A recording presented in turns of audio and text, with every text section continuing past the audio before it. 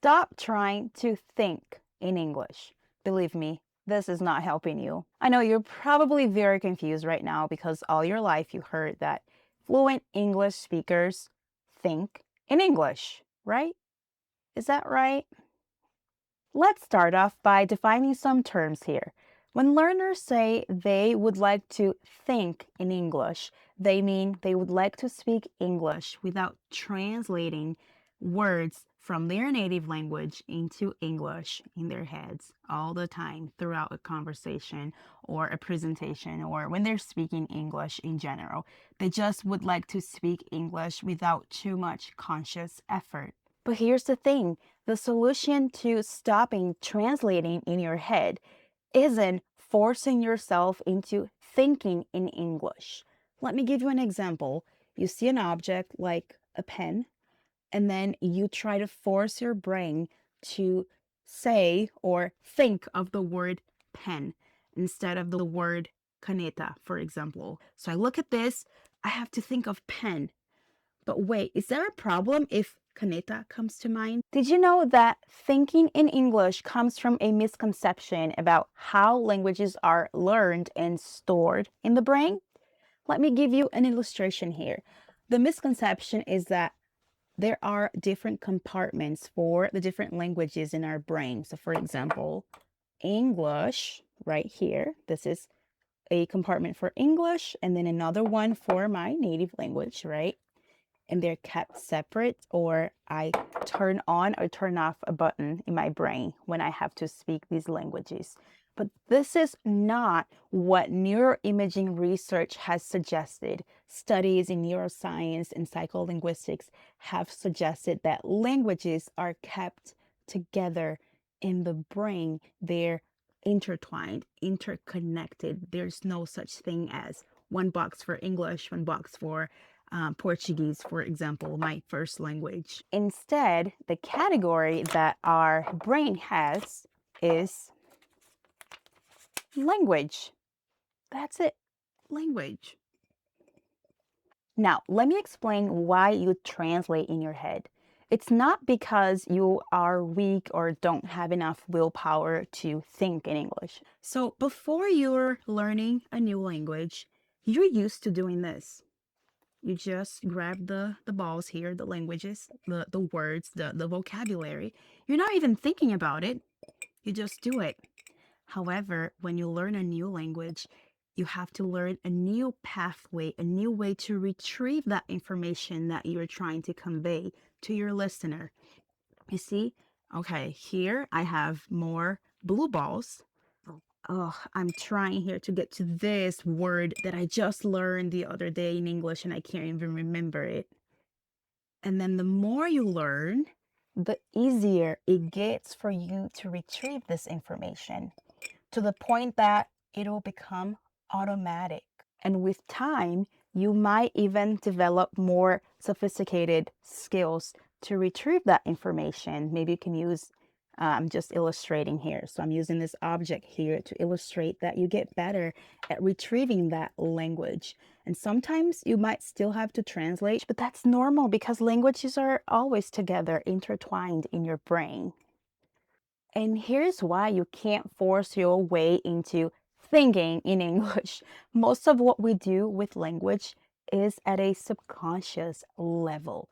Think of driving, for example. When you first start driving, learning how to drive, there's so much to pay attention to.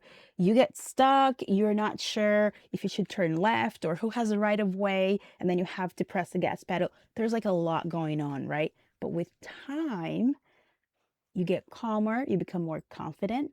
It's just automatic. You do it without thinking too much. It's just like breathing. We have subconscious processes in our body, and using language is, for the most part, a subconscious process. And this is why instead of trying to stop thinking or eliminating your native language, you need to get better at retrieving the information in English. And how does that happen? How do we get better at driving? Practicing, right? Getting there, like putting yourself out there. I tell my students, getting trapped, getting yourself into situations where you have to use English, like no matter what. Let me give you an example. When I first became a teacher about 13 years ago, 12 years ago, I can't count, I can't do math very well. I remember one of the reasons why I wanted to teach was because I wanted to improve my English. I knew I had to study very hard to be able to be the best teacher for my students. And so, even though at the time my English wasn't very good, I think my students thought my English was good, but yeah, it wasn't that good. When I first started teaching English, I was trying to get myself trapped in a situation where I had to use English. I also remember signing up for different events, exchange program events that foreign universities were hosting back in Brazil. I would sign up for these programs, show up, speak English to the representatives, the people from the universities, from the US, the UK, or New Zealand. I think mostly from the US and the UK.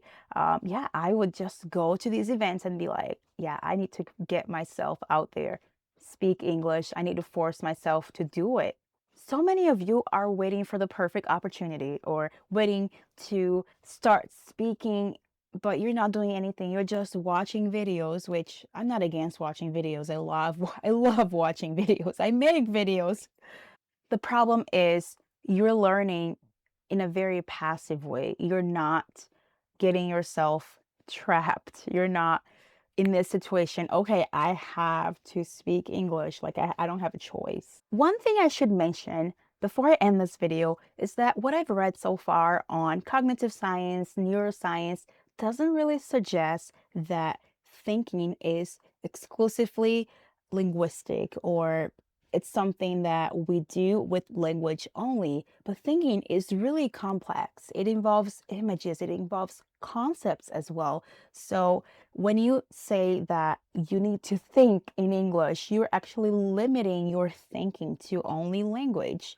And I also think of everyday examples like my kids when they were babies, they couldn't really talk. They didn't know how to express themselves, right? They understood some of the things I said, but they were still learning language. But they were able to think. Clearly, they were thinking. There are also people with a condition called aphasia, where they lose some of their linguistic ability and they're still able to think. At least studies show that there is a some sort of thinking happening. So, what's the main takeaway? Instead of beating yourself up and thinking that you have to think in English, you can't think in your native language, I would encourage you to use the language. Get trapped. Get yourself into situations where you have to use the language. This is how you learn to use a tool, right? Language is a tool for communication. You can't learn to drive by just watching videos of people driving. You can't learn to speak English by only watching videos. You need to start speaking. Well, if the message of this video struck a chord with you, I want to invite you to join my free Google Classroom group where I'll be mentoring you, navigating your way to English fluency. Because this is my mission. I help English learners navigate their way to English fluency without fear or overwhelm. So I'm looking forward to seeing you in my Google Classroom.